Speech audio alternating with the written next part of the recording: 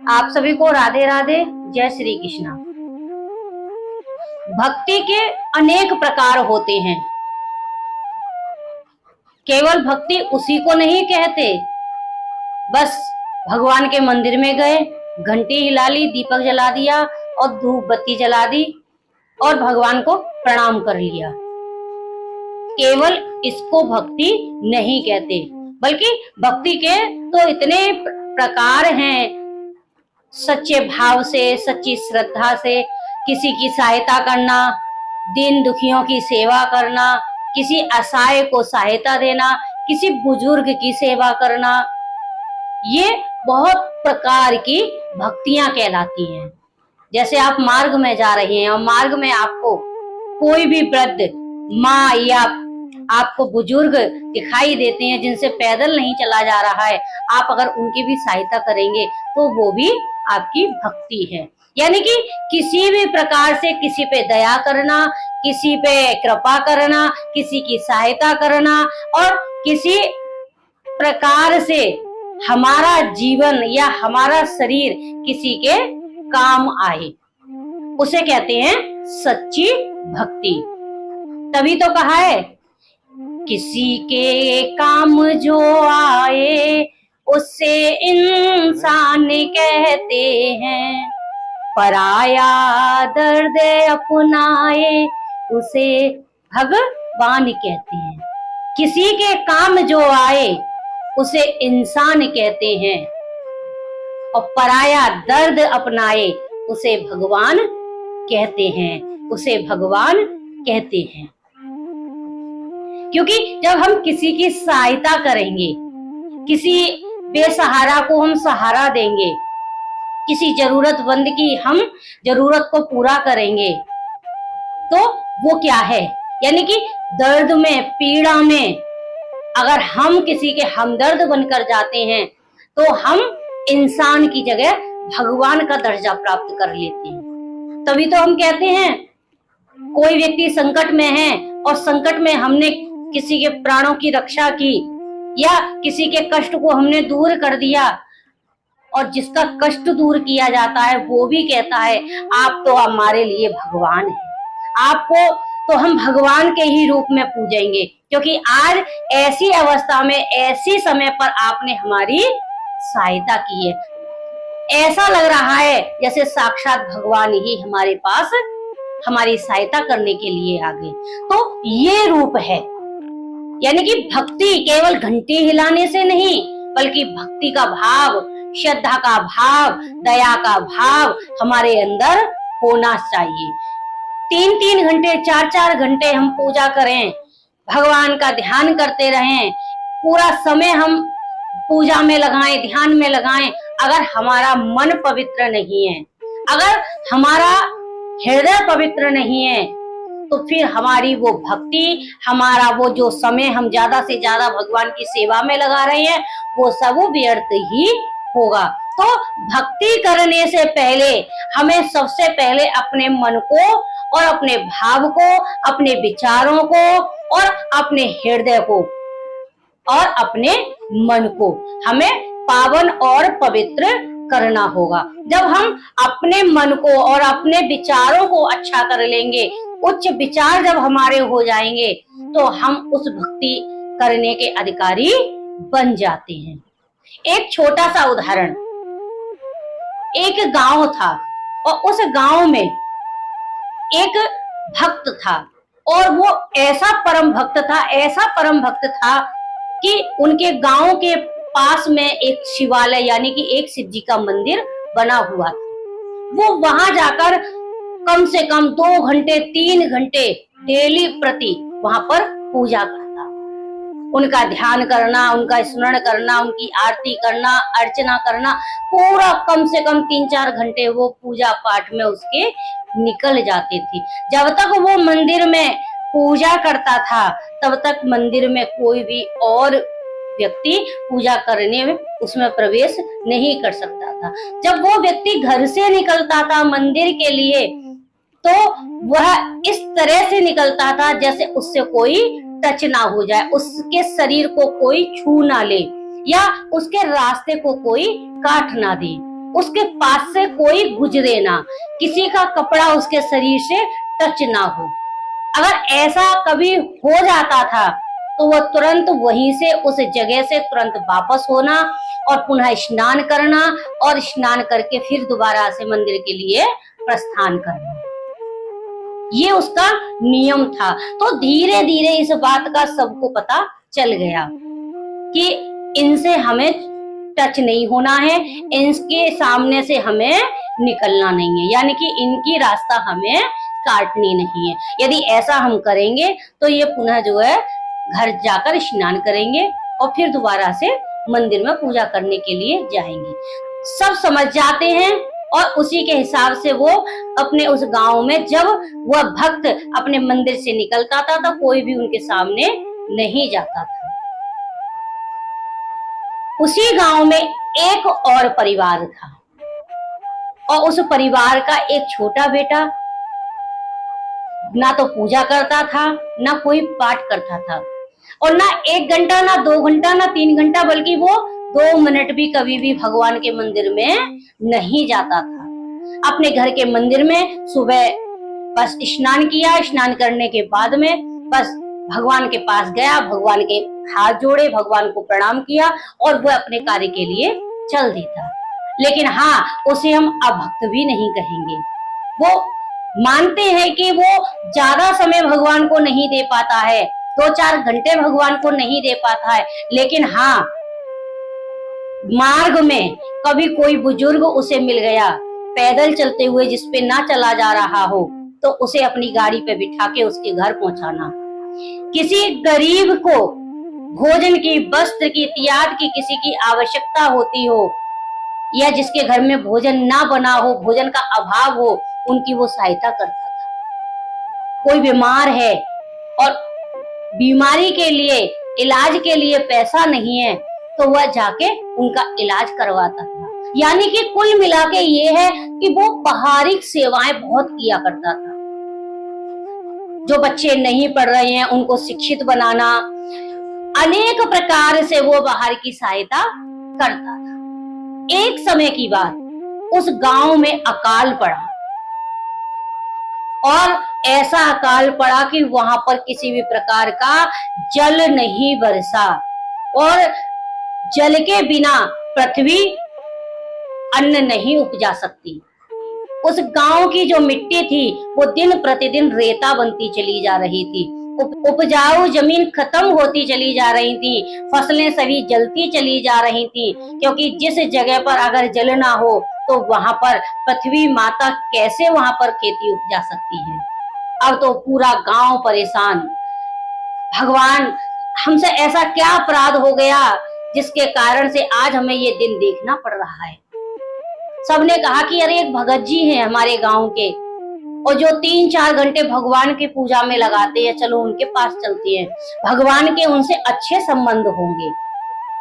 सोचते भी है ना, जो भगवान की ज्यादा पूजा कर रहा है, ज्यादा अर्चना कर रहा है, दिनों रात भगवान के लिए उसका समय ही समय है जिसके पास, तो वो भगवान के काफी नजदीक होगा, भगवान उनकी सुनते भी होंगे। हमारे भी मन में कभी कभी आता है इस तरह का ख्याल।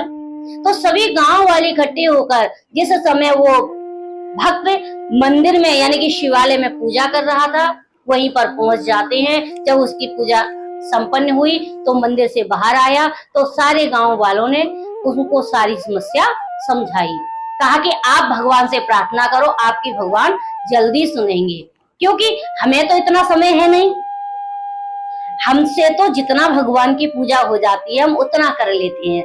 अब तुम्हारा तो भगवान से अच्छा संबंध होगा, तुम जो है भगवान से भैया प्रार्थना करो हमारे गांव में बारिश हो जाए, हमारे गांव में फसलें हो जाएं, और नहीं तो अब यहाँ पर पशु पक्षी और सभी जीव बिना जल के परेशान हैं। उसने गांव वालों की समस्या सुनी और मंदिर में जाकर वो बैठ जाता है, भगवान से प्रार्थना करता है। 1 दिन निकला, 2 दिन निकले, 3 दिन निकले, बल्कि 4 दिन निकल चुके थे, लेकिन भगवान की कोई भी खबर उन्हें नहीं आई। जब 5वां दिन शुरू हुआ तो गांव वालों ने आशा वहां से भी छोड़ दी, कहा कि भगवान ने इसकी भी नहीं सुनी। अब पता नहीं क्या होगा, हमारे बच्चे कैसे सुखी होंगे और हमारे गैया बछड़ा ये सब कैसे इनको जल मिल पाएगा। हमारी फसलें खत्म होती चली जा रही हैं, हमारे घर में जो भी अनाज था वो सब हमने खा लिया, अब हमें कैसे अन्न प्राप्त होगा, हमारे कैसे बच्चे पलेंगे। अब सभी इसी तरह से चर्चा करते हुए पूरा गांव और अपने घरों की तरफ वापस आ रहा। इधर से जो जनसेवा करता था, उसको अपनी परम भक्ति मानता था, वो वहां से अपने घर से जा रहा है रास्ते में ही, और बहुत सारे जो है गांव के नर और नारी उसे आते हुए दिखाई दिए। तो उसने कहा कि क्या बात है, लगता है कहीं लड़ाई वड़ाई तो नहीं हो गई या कोई घटना तो नहीं हो गई। वो वही रुक गया। जब गांव वाले जा रहे थे तो भैया क्या बात है, ये आप सभी एक जगह कैसे इकट्ठे हो रहे हो। गांव वालों ने कहा भैया तुम्हें तो पता है गांव में बारिश नहीं हो रही है और हमारे घर में अनाज भी अब समाप्ति की ओर है, हमारे बच्चे कैसे पलेंगे। अरे तो क्या हुआ, ऐसा समय अगर हमारे ऊपर आया है तो शुभ समय लाने के लिए भी हमें भगवान से प्रार्थना करनी चाहिए और भगवान जरूर हमारी बात को सुनेंगे। भगवान इतने अन्यायी नहीं है कि वो जीवों को परेशान करें। भगवान बहुत दयालु हैं, भगवान बहुत कृपालु हैं। आप भगवान को याद तो करके देखिए, हर जीव को परमात्मा सुख देने वाला है। अगर सुख ना देता तो संसार में मनुष्य के लिए सारी सुख सुविधाएं भगवान ने उसके जन्म होने से पहले ही पैदा कर दी। तो भगवान हमारी कितनी चिंता करता है। तो सभी गांव वाले कहने लगे भैया भगवान ने हमारी नहीं सुनी। जो पूजा अर्चना 4-4 घंटे 3-3 घंटे वो भगत जी जो मंदिर में बैठे रहते हैं उनसे भी हमने कहलवाया। आज 4 दिन हो गए, हम 4 दिन से वही बैठे हुए थे। जब हमने देखा कि यहाँ हमारी कोई सुनवाई नहीं हो रही है, भगवान भी हमारी नहीं सुन रहे हैं, तो हम अपने घर के लिए हारे और थके वापस जा रहे हैं। उस भक्त ने कहा, यानी कि वो भक्त जो कभी 4 घंटे और 5 घंटे और 6 घंटे भगवान की सेवा में नहीं दे पाता, वो भक्त कहने लगा एक बार प्रयास और करके भगवान से आप। तो सब कहने लगे भैया तुम प्रयास करो, शायद तुम्हारे कहने से भगवान तुम्हारी बात को मान ले, तुम भी तो सेवा करते हो समाज की। उसने कहा कि मैं अकेला नहीं, मेरे साथ में आप सभी करो, क्योंकि मेरे अकेले की भगवान नहीं सुनेंगे, अगर आप सभी मिलके करोगे तो जरूर भगवान हमारी सुनेगा। अब तो वहां पर सभी गांव वाले और वो भक्त भगवान से प्रार्थना करने लगे, प्रभु ऐसे कब तक चलेगा, हमारे गैया हमारे बछड़े हमारे छोटे छोटे बच्चे पक्षी जीव जंतु सभी जल के लिए परेशान है। आप प्रभु इतना मत तड़पाइए। इंद्र देवता से भी प्रार्थना करने लगे, हे इंद्रदेव हमारे ऊपर कृपा करो, हमारे ऊपर अपनी कृपा दृष्टि फैलाओ। ठीक 1 घंटे तक उन्होंने भगवान की प्रार्थना की। 1 घंटे के बाद ही और बारिश वहां पर होने लगी। अब तो जैसे ही बारिश होती है अब तो वहां पर जय जयकार होने लगी और बारिश के साथ में ही भगवान भी वहां पर प्रकट हो जाते हैं। बोलिए बाके बिहारी लाल की जय। भगवान भी वहां पर प्रकट हो गए। गांव वालों ने सबसे पहले भगवान से वही प्रश्न किया, प्रभु 4 दिन से आपका भक्त जो 4 घंटे 5 घंटे 3 घंटे आपको रोज देता है, आपकी सेवा में लगा रहता है, तब तो आप आए नहीं और आज आप तुरंत आ गए, ये बात हमारी समझ में नहीं आई। तब भगवान ने कहा, भक्त वत्सल मैं उस भक्त की भक्ति से प्रसन्न होता हूं जो निश्चल भाव से मेरी भक्ति करता हूँ। मेरी भक्ति करना कोई मंदिर में दर्शन करना नहीं है, मेरी भक्ति कोई मंदिर में दीपक जलाना नहीं है, और मेरी भक्ति तो वो है जो पूरे संसार को मुझ में देखे, यानी कि हर जीव में मेरा दर्शन करे। जैसे कि बाबा तुलसीदास जी प्रत्येक जीव में सीताराम जी का दर्शन करते थे। सिया राम में सब जग जानी और करहूं प्रणाम जोर जुग पानी। वो पूरे संसार को सीता राममय देखते थे, हर जीव में उन्हीं का दर्शन किया करते थे और सबको हाथ जोड़ के प्रणाम करते थे। ऐसा ही ये आपका भक्त है। ये भक्त ऐसा है कि ये अपने काम को छोड़ देता है, लेकिन अगर इसे कोई दीन दुखी और जिसे सहायता की जरूरत हो उसे सहायता देने के लिए तैयार हो जाता है। ये कभी अपने काम को महत्वता नहीं देता। मैं जानता हूं कि ये पूजा कम करता है, लेकिन इसका जो भाव है, इसका जो विचार है वो बहुत ही निर्मल है। इसका मन बहुत ही निर्मल है। निर्मल मन जन सो मोहे पावा और मोहे कपट छल छिद्र न भावा। अगर मुझे प्राप्त करना है तो निश्चल भाव से मुझे हर कोई जीव प्राप्त कर सकता है।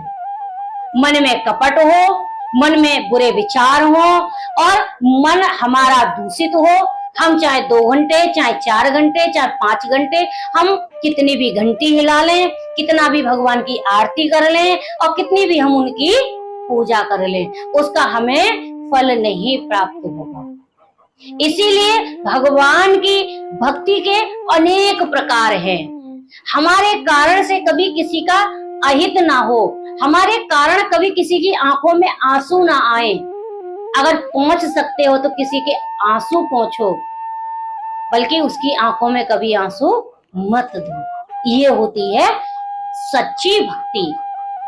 अगर किसी के दिल को सुकून नहीं दे सकते तो किसी के दिल को दुखाना भी आपका कार्य नहीं है, वो आपके अधिकार में नहीं है।